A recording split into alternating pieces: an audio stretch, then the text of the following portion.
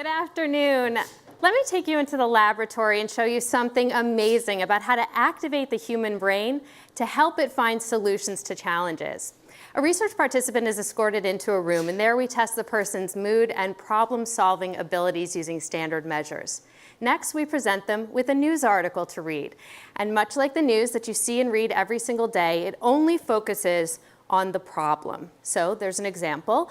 Hunger in America, and how a new report found that many U.S. cities are grappling with rising food insecurities and homelessness. So this article presents one statistic after another about this problem. Next, the person is tested again on mood and creative problem-solving abilities. So that's the control group. Now on to the experimental group. The only difference in the design is the news article. It goes on to present actual or potential solutions to the problem. So in the case of Hunger in America, there are 5 solutions, 5 actions you can take right now in your community to help solve hunger, like donating to a local food bank or fundraising. And again, we test their mood and creative problem-solving abilities. In this study that I conducted with Ariana Huffington and researcher Sean Acor, after we ran 250 people through this, we were shocked by the difference between the two groups in both how they felt and their creative problem-solving abilities. When you present someone with problems that they can solve and solutions that they can actually take themselves right now, their creative problem-solving abilities on unrelated subsequent tasks increased by, on average, as much as 20%. So what that shows us is that we remind the brain that in one domain there's a path forward. You can actually import that empowered mindset to another domain. They also reported feeling better, 19% less agitated, 23% less uptight. So what that tells us is that for managers who are trying to lead their teams through tough times, you actually can talk about the negative in a way that maintains engagement and a solutions-focused response to problems. Common wisdom suggests that in order to create great change, we need to focus on all that's broken and fix it. But we're seeing that that's actually about to change when it comes to our companies and the media. See, research from the fields of positive psychology and neuroscience are providing us with a compelling case that shows us there's a more productive path, and it's twofold. It's highlighting current progress and also focusing on solutions that you can take in response to problems. It's getting the brain to focus on successes and solutions. In the midst of problems, you're not spending time complaining, but you're actually focusing on what you can do about it. The thing is, though, right now on the news, that is not what's happening. It's something that I know all too well. So I was originally a computer engineer writing code at this .com that I worked for, dreaming about being a network news anchor broadcasting from New York City. And I sent 150 tapes around the country to land that first job. Guys, guess how many calls I got? 1. And I was so grateful. Bienvenidos a El Paso. I packed my bags for Texas. I was so thrilled to be there. Now, the exciting part of the story, though, is what would normally take someone about a decade to go from Chicago, or well, I was in El Paso to Chicago to New York. I was able to actually make that jump in 3 years. I credit my meteoric rise to hard-hitting investigative pieces. I know you all saw them. Bed bugs take over mattresses across Chicagoland. Skin-eating fish, ladies, make for a better pedicure, right? And my biting interview with the Dalai Lama. Oh, wait, actually, I should say it was Dolly the Llama. Ah, there we go. There she is. No, but I tell you about this timeline because when I made it here to CBS News in New York, I was still full of hope and optimism about the good work that we could do using our reach and resources, right? Except that my 2 national news programs were full of negative stories. I knew that there was a better way that we could cover the news, a way that actually empowered people and helped move them forward in a positive direction. And that's what led me to study positive psychology under Dr. Martin Seligman at the University of Pennsylvania. And so this is what I came to see, but more importantly, what we can do about it. The media's obsession with all that's broken is holding back collective progress, and it's negatively affecting our health and happiness.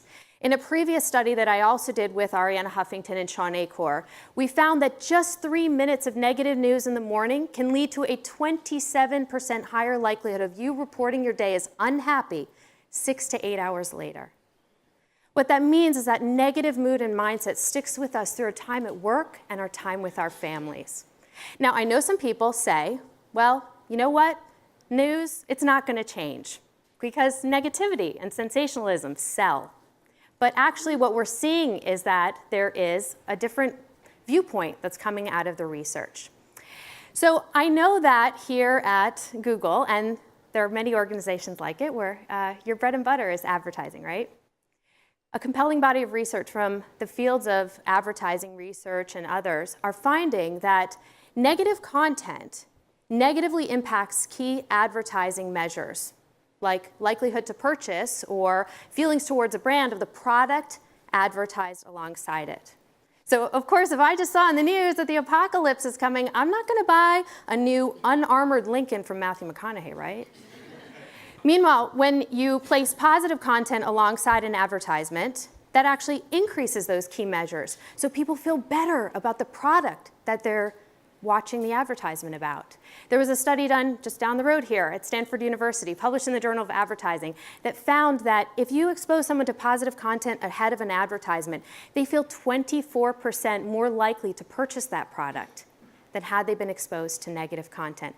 Why did I become interested in this in the first place? Well, because news organizations are largely dependent on advertising revenue, right? So this is incentive to create more of the kind of content that can fuel advertising effectiveness. So that's my economic argument to news executives. But really, to me, this is just a means to an end. And the end is that we change the narrative on the news that actually fuels collective progress instead of holding us all back.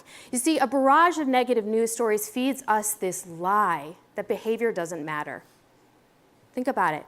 Problem, problem, problem, problem, no discussion of solutions.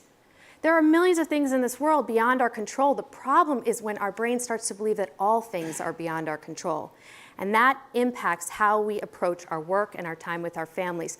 Think about it. At work, this can happen too. If our company culture is overrun with negativity, finger pointing, gossip, and other things that we have to deal with.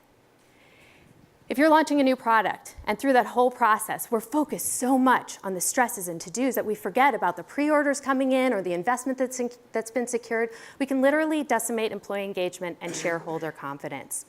And so, the more that we can reorient our brain towards the fueling parts of our reality by what we talk about, by the way we communicate with the people around us, research shows that actually fuels performance because it puts the brain in a positive state. And that, in turn, has been connected to many performance measures. Just some examples. Research shows that optimistic, empowered sales professionals outsell their pessimistic counterparts by 37%. A follow-up study found that it was by as much as 56%. This was done at MetLife by the University of Pennsylvania. Optimistic sales professionals, they have stuff to complain about, right? Right? Yeah, except they're more focused on making the money, hitting their goals. They don't have time to waste on complaining. Meanwhile, managers who get their team to start focusing on all that they're doing right have been able to improve the entire team's productivity by 31% in just 3 weeks.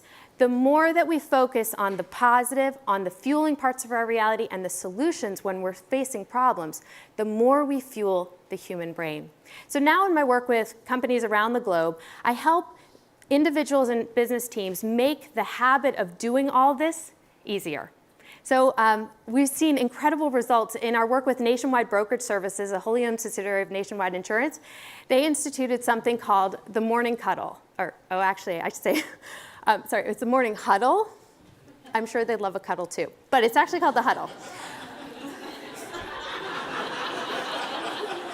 I'm not there for the morning, but So the morning huddle is something where they get their sales professionals off the phones, which is how they make their sales, right? And they get them to meet first thing in the morning to talk about 2 things. They talk about successes from the past 24 to 48 hours that they might not have heard about. And then they also give a chance for anyone who needs a little extra support that day to speak up so their colleagues can rally around them and offer help. Well, guess what? The results have been remarkable. Sales skyrocketed. The new insurance application rate increased by 237%. Revenues have gone up by 50% in an 18-month period.